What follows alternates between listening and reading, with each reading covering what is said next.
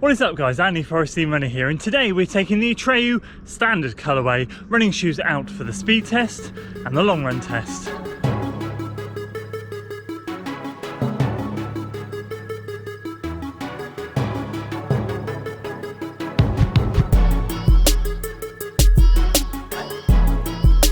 So there we go, out for the speed test. We're going to start with the speed test today at 6 AM and we are eating hills for breakfast. We are going up there. And today's workout is Kenyan Hill. So we're going to be doing 3 by 10 minutes at tempo threshold pace up and down the hills. We're going to have a 2-minute break in between each 10-minute set.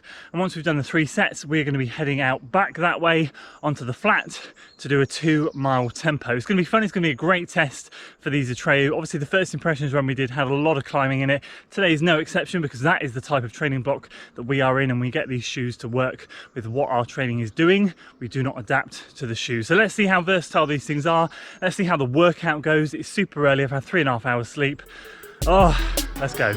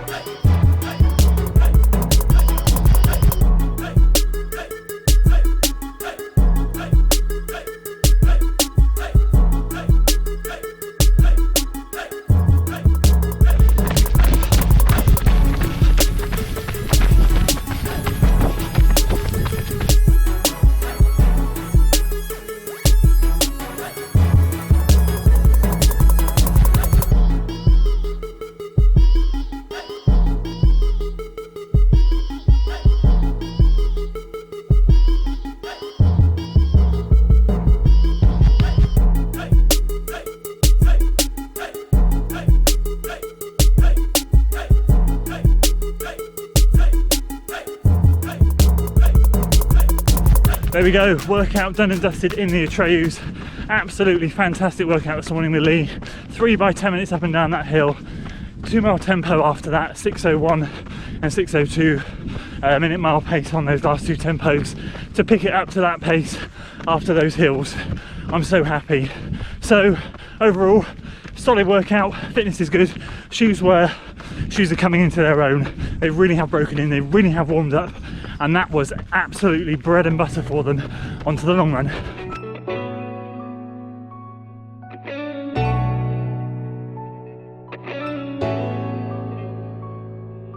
And just like that, it's the long run test. It's Saturday morning, we're out here for our usual long run. And today, we're going to be putting these ATREYUs through their paces. The goal today, again, as always with all my long runs, 2 hours plus. See how the legs, the feet, the body feels and how the shoes feel. Of course, with these being such a minimalistic shoe, there's always kind of that worry that they're not going to hold up over the long run. They're going to get rather uncomfortable. But of course, ATREYU's, I think he's a sponsored athlete, Rory, ran the Olympic trials qualifiers in them. He's a 2:16 marathoner. This shoe is built for the long run. So this is going to be really interesting to see how they feel. The shoes were completely different in the second run to the first run. So much better in that speed test. Today already they feel great. But let's see how they feel after 2 and a bit hours.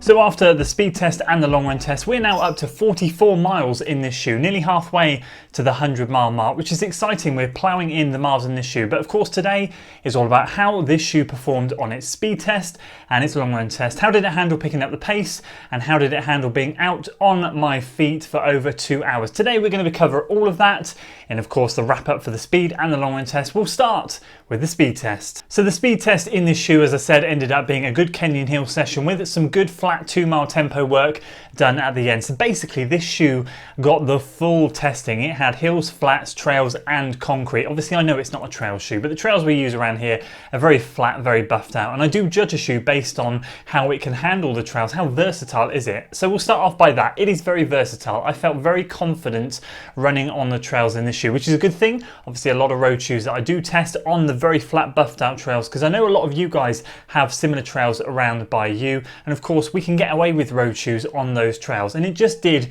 really well. I think the one thing I want to hammer home from getting through the speed test in this shoe, and especially from switching up once we've gone from the hills to the flats, that's where I really noticed it. The responsiveness in this shoe has started to come to life a little bit more. You hear me talk about responsiveness a lot when I hit the ground and we pop off. That popping motion, although this doesn't have a massive curve up here like we've seen in some shoes with Meta Rockers and speed roll technologies, I have felt that the midsole has now really come to life. In the start of the second run, it basically picked up where it left off. If you missed the first impressions, what I'm referring to is the fact that I found the midsole very hard in the first couple of miles. Very solid. I was a little bit concerned, but literally like magic, after 2 miles, it completely warmed up, molded to my foot, and it was a dream to run in. And we basically picked up where we left off. And as I said, up the hills, it was great. It was light, it was poppy. It was everything I needed it to be to get through that workout. It wasn't heavy, wasn't clunky, and I didn't feel like I was being weighed down trying to run up those hills at some kind of tempo threshold pace. But it came to life when we hit the 2-mile tempo at the end. Bearing in mind we'd hammered 30 minutes of hills, doing threshold tempo pace, as I said, to then get back on the flats and clock a 6:01 and a 5:57, feeling very comfortable, very not chatty, but feeling very under control, because that's what it was meant to be, just a tempo effort. It was an absolute joy at that stage. So I think I'm going to be doing more testing in this, in speed workouts that are going to be obviously on the flat. This is obviously where it's geared up for. The hills were just an added bonus for this shoe. I'm not sure the shoe agrees, but it worked really well. So the responsiveness came to life in this shoe, and I'm really happy with how it handled the speed. Moving on to the long run, how did it handle being on my feet for over 2 hours? 2 hours 15 minutes this shoe was going for, 18 miles, 1,500 foot of climbing. It was a good route, and I must be honest with you, on the run itself I did struggle towards the end of the run. It was nothing to do with the shoe. I was just super dehydrated from the day before. We had 30-degree weather, which we just don't get here. I really didn't drink enough, and so I went out the door this morning already feeling dehydrated, and by mile 15 the last 3 miles were a bit of a slog, but on the whole the shoe performed really well. And so the big question I had going into this is, with such a lightweight shoe, just like the Beacon version 2, I hated that shoe on the long run. My feet were killing me, my feet were aching, hurting, my shins hurt. It was so firm. It was just, for me, long runs Beacon version 2, it never worked out. And I kind of look at this shoe, and its nearest competitors or comparisons that I can think of personally are, in terms of the build and everything, Beacon V2 is quite similar. The Hyperion Tempo that we've recently tested, quite similar. Very lightweight uppers, very nice lightweight midsole materials. But actually I have to say, just like the Hyperion Tempo, it handled the long run really well. I'm really happy with how it performed on the hills as well. Like, just in general, this shoe has absolutely shone at anything I've thrown at it. And I've got to be honest with you, it's had some of the toughest tests that I've thrown at a shoe. You know, we're doing a lot of elevation due to the Brecon Beacons mountain marathon that we're starting to train for. It's had a lot of road, it's had a lot of tarmac.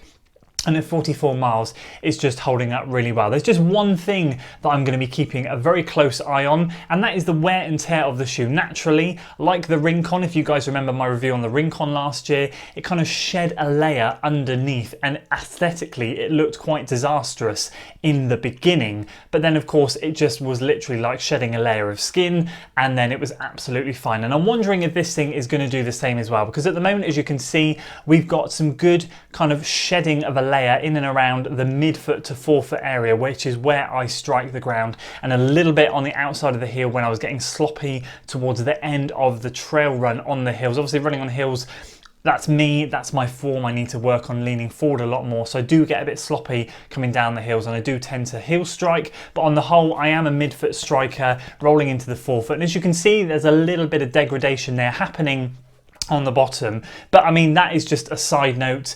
I will keep an eye on that, and of course I will give you an update at 100 miles, how it handled the long run. feet felt great, legs felt great, they feel great now, and I'm recording this about 6 hours after the long run, and I have to say this thing absolutely shone. Lightweight, poppy, went the distance. Brilliant. So there we go, those are my thoughts on the ATREYU Standard Colourway running shoe. It is absolutely awesome. It's really started to come into its own. I'm delighted with what we've managed to throw at this shoe. We've just thrown it challenge after challenge after challenge, and it is eating up the miles. So the big question, of course, durability, duration. We'll see how that goes. A lot of you commented saying, how long do you reckon this shoe will last? In my first impressions, I basically came back to a couple of you and said, I reckon this thing could go 300 miles plus. It felt that good.